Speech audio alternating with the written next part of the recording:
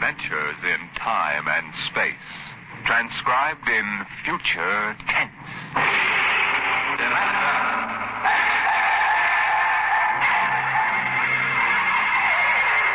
On stage tonight, Dimension X.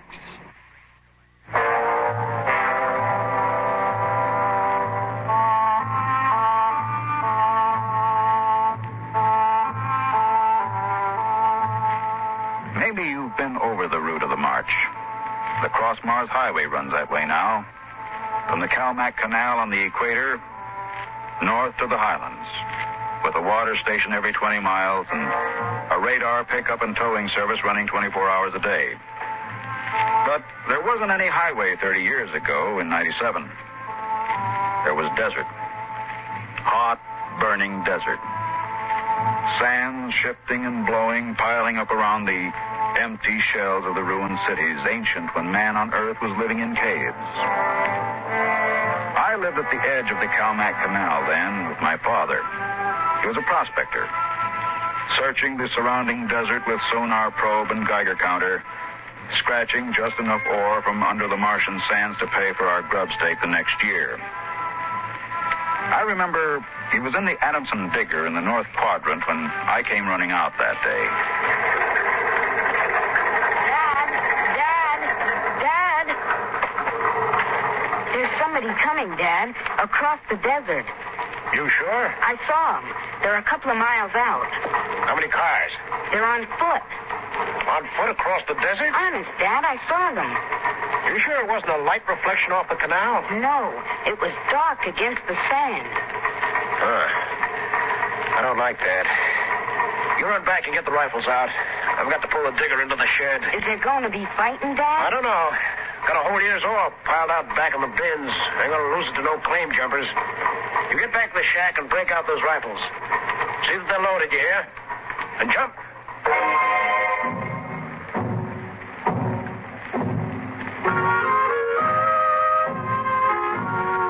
Dad had 3 surplus Army rifles and a couple of homemade grenades made out of ore cans stuffed with Adamson A explosives. We crouched inside the shack waiting. The shadow of the water tower in the doorway grew longer as the quick Martian dusk settled down over the desert. There they come, Al. There's 2 of them. There's something funny about that second one. Look, he's all spindly, and his head's funny. Yeah, his head's funny, all right. Now, that's a Martian.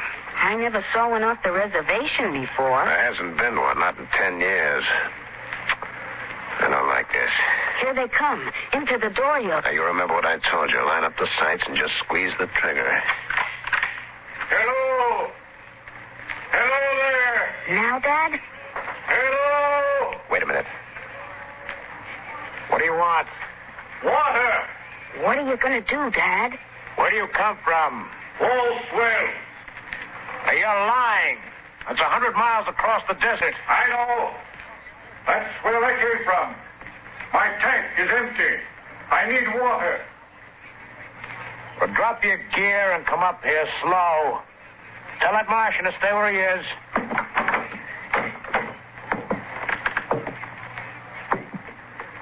All right, now.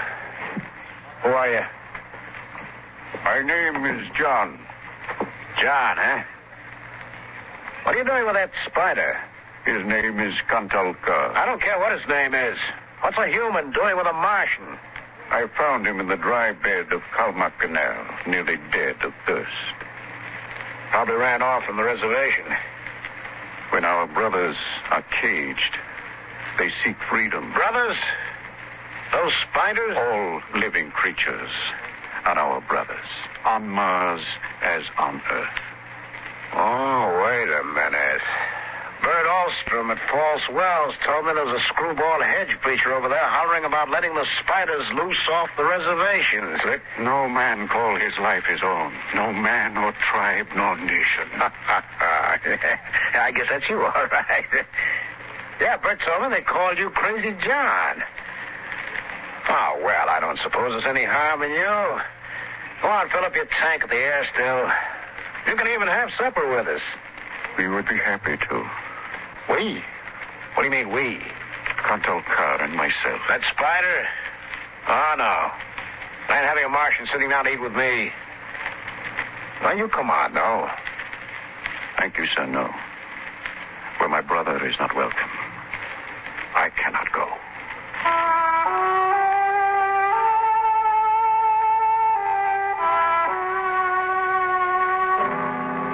The old man filled his tank at the air still tower, and the Martian went through the ash pile for half-burned fuel brick.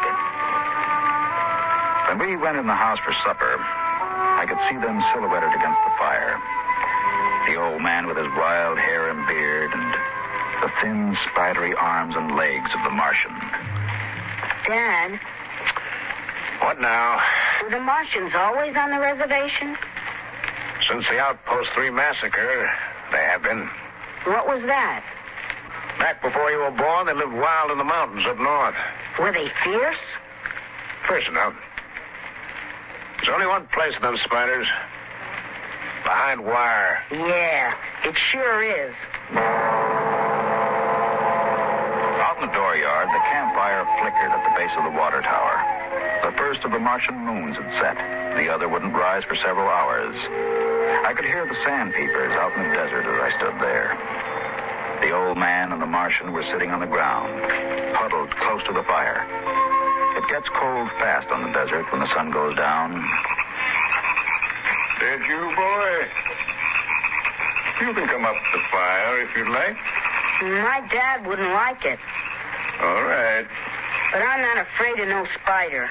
No, there's nothing to be afraid of. How come his arms are all skinny? Ask him. Does he talk? Yes, his name is Kantalkar. It is, huh? Hello. Hello, boy. He talks funny. It is not my language. Why isn't he on the reservation? You can get in trouble helping spiders to escape. He is my brother. He was caged.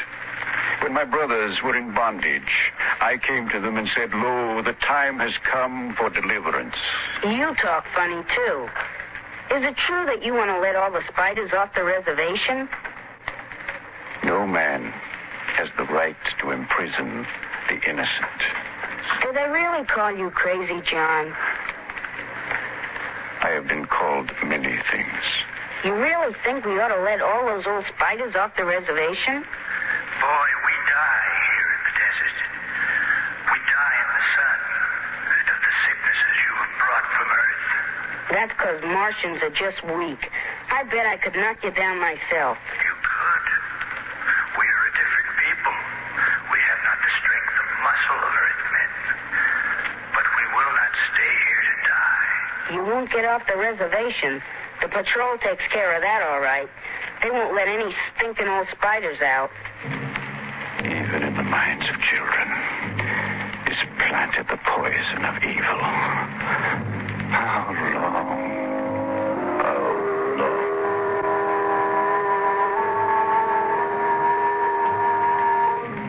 That night through the window, I could see the flicker of the old man's campfire.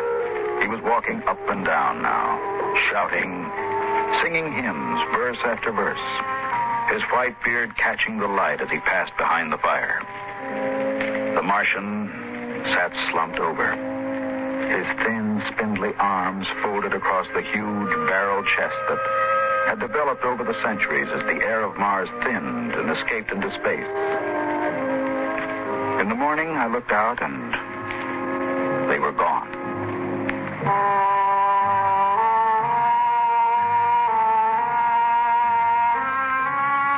Looking back now, we wonder how they did it. The high voltage wire around the reservation carried a fatal charge. The patrolmen in the tower had 50 caliber machine guns. The desert around the camp was mined heavily. And yet, at dawn, August 7th, 1997, they broke out. I was down at the dried-up canal bed hunting sandpeepers when my father came running after me. Al! Al! Here I am. Come on, back to the house. What's the matter, Dad? Now, shut up and run. What is it? Spiders busted loose. Bert Alstrom radioed in. They coming here? They're headed this way, murdering devils. Did they kill anybody? 6 patrolmen when they busted through the wire. I get inside. What are you going to do, Dad? Wire a keg of Adamson A across the gate. You get in there and get the guns out. I got the rifles and shoved a full clip in each one. Then I slipped a primer fuse in the homemade grenades and lugged them out on the porch. Dad was running lead wires back to the detonator from a half keg of Adamson A he'd set across the gate. That's set. Give me one of those rifles. Will they be here soon? You can see the dust over the rise. There they are, Dad. There they come. Now, wait a minute. Hold up. I want to get a good shot. Let them get closer. Dad, that's Crazy John up in front. There. He's taller than the spiders. You can see his beard. Yeah, you're right. The renegade rat. Probably helped him break out of the reservation. Now, listen, Al. If anything happens to me, you light out back to the shed. You can hide out in the empty ore bins till they go away. You got that? All right, Dad. The spider's shouting something, Dad. That's probably a trick. Get down a little, Al. You're in the way. Yeah, I got him clear now. Right in the head. No, up a little now. I got him. Dad, look out. They've got guns. Get down. Dad. Get out, Al. Get out to the shed. But, Dad, you're hit. Go on. Those spiders are going to rush. Get going. I can't leave you. Shut up. Get out of here. You hear? Get out there.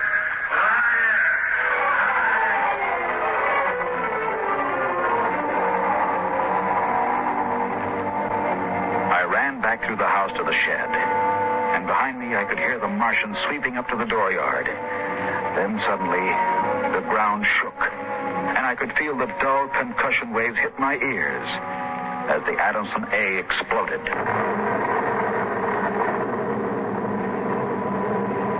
I could hear the high whispered screams of the Martians and the rattle of fragments on the metal roof of the shed. I dived into the empty ore bin and slammed the hatch almost shut. I crouched there watching the thin edge of light that filtered through, listening to the brittle tramping of Martian feet on the board floor of our house.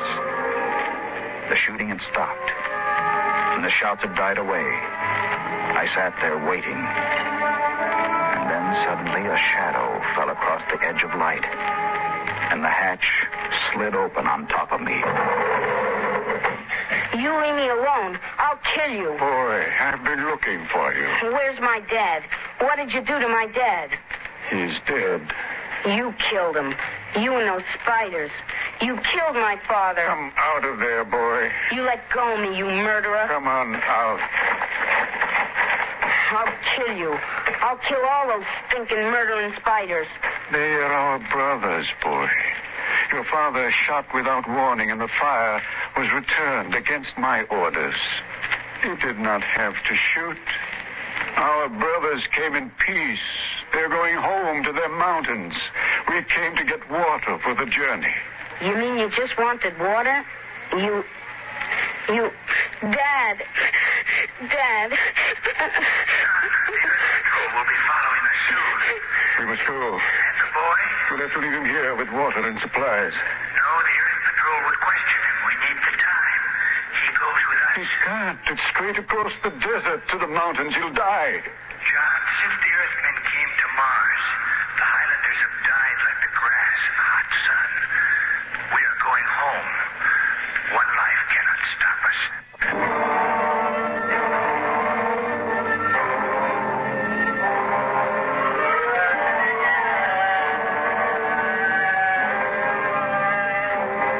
They tore the Adamson air still from the tower and mounted it on poles.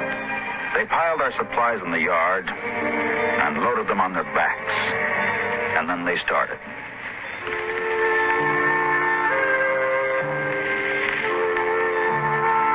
I marched with the old man at the head, and the column stretched out behind us on the desert. Women, children, the sick and the dying, some showing the signs of the diseases that were trivial to the Earthmen, but deadly to the Martians. chickenpox, German measles, and the bronchial infections that raced through the vast areas of Martian lungs, eating away the tissue till death came in a last spasm of coughing. I turned to look back at our house, but the sun was behind it, blinding red. And the old man pulled me around as he marched, his eyes fixed on the horizon where far to the north rose the cool mountains that were the ancient home of the Highlanders.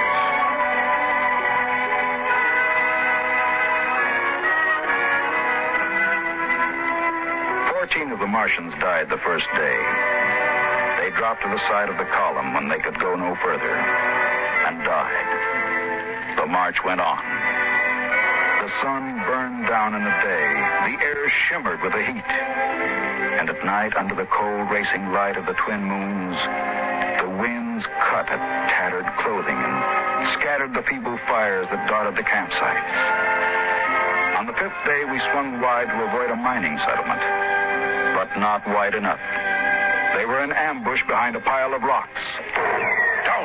Down, boy. Why aren't the spiders fighting back? Go on back, all of you. We're giving you your last chance to get back to the reservation. Oh, and shoot the whole lot of you. Let us go in peace. Who's that? You. What are you doing with them spiders? That's crazy John. A voice cries out to the universe. Your brothers must have justice. We'll give them justice. I shall lead them home. Home to the promised rest. Home to the mountains. March forward. March forward.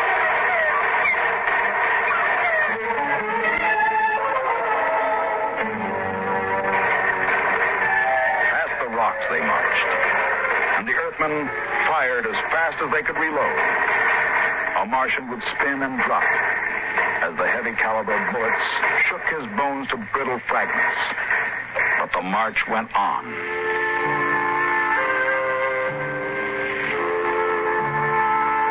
We wound across the desert in wild zigzags, following the paths the old man had traveled through the years. Only once a patrol plane hovered on the horizon and then shot away. The days went on, the weeks, and the Martians died. They died of exhaustion. They died of the disease we had given them. And they died of thirst. The Adamson still could produce 27 units of water an hour, no more. And on that, they died of thirst. Here, boy. Here's your water. That's more than the others got. Take. You're giving me your water. It will be provided to me. He that brings justice to his brothers will drink deep of the water of righteousness. He that leads his brothers to their promised rest will savor the cool draughts of the mercy of heaven. Here. Drink your water, boy.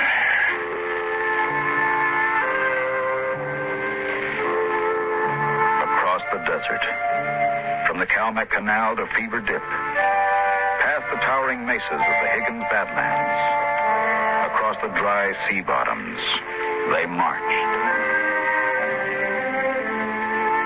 On the 54th day of the march, we halted at evening.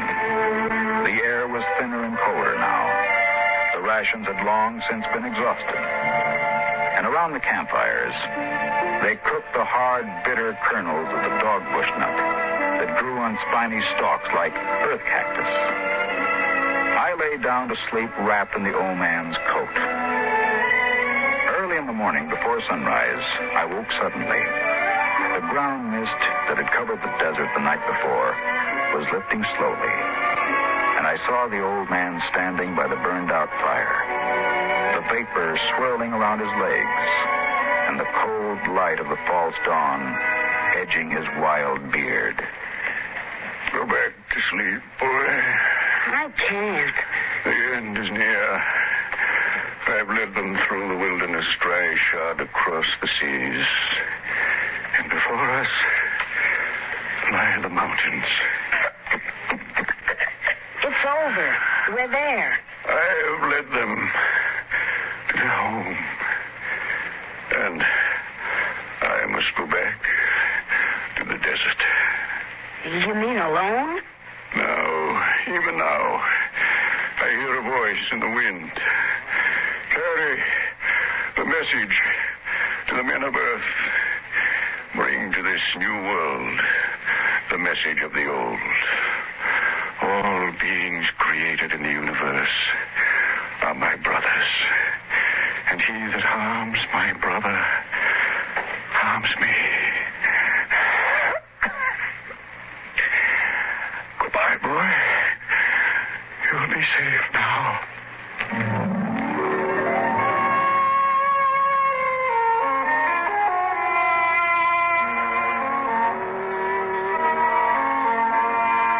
The Martians found him 500 yards from the camp, dead.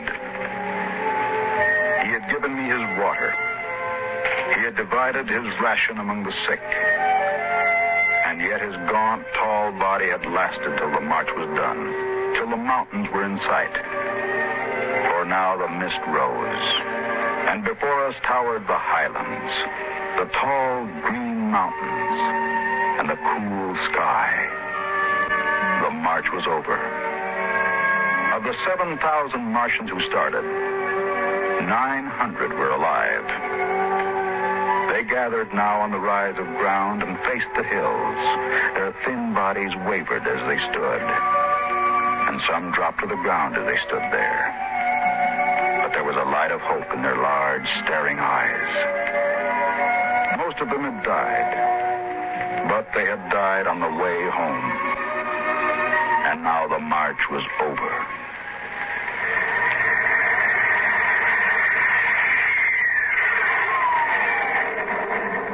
Then the patrol planes were spotted on the horizon. And within 10 minutes, they had landed.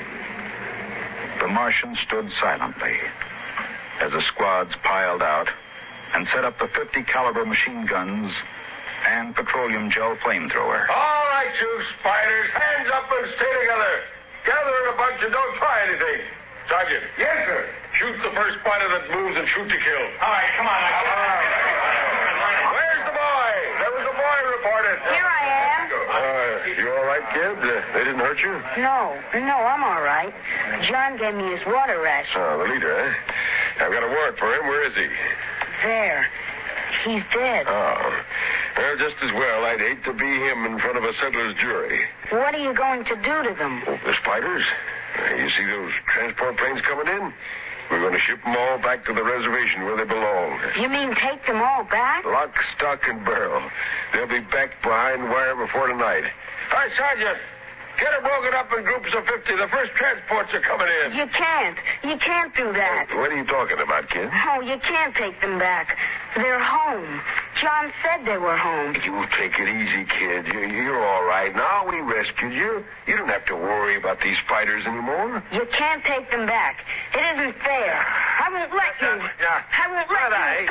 I won't let you. Hey, let go of me. Hey, Sergeant. Yes, sir. I can feel this crazy kid off me. They're home. Can't you understand? You can't take them back. All right, now, kid. Easy. Must be short, Ken. All right, you spiders. Step it up. Move along. These transport planes. Roll over now. You're headed right back to the reservation.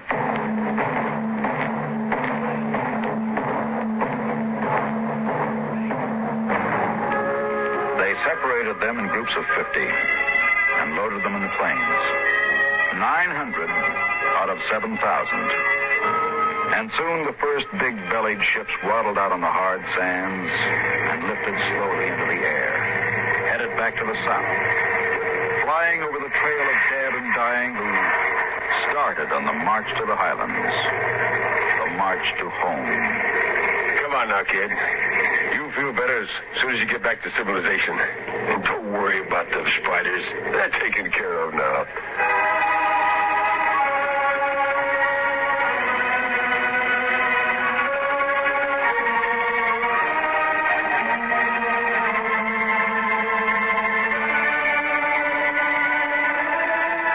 Before the plane took off, I looked once more at the green mountains, towering through the mist. And then, just before the motor raced, I saw John. Crazy John. Propped up against a dognut bush where the Martians had placed him. The wind from the south gave the wild hair and beard a rippling life. He faced the hills, the home, and the rest he had promised his brothers as he led them through the wilderness of Mars.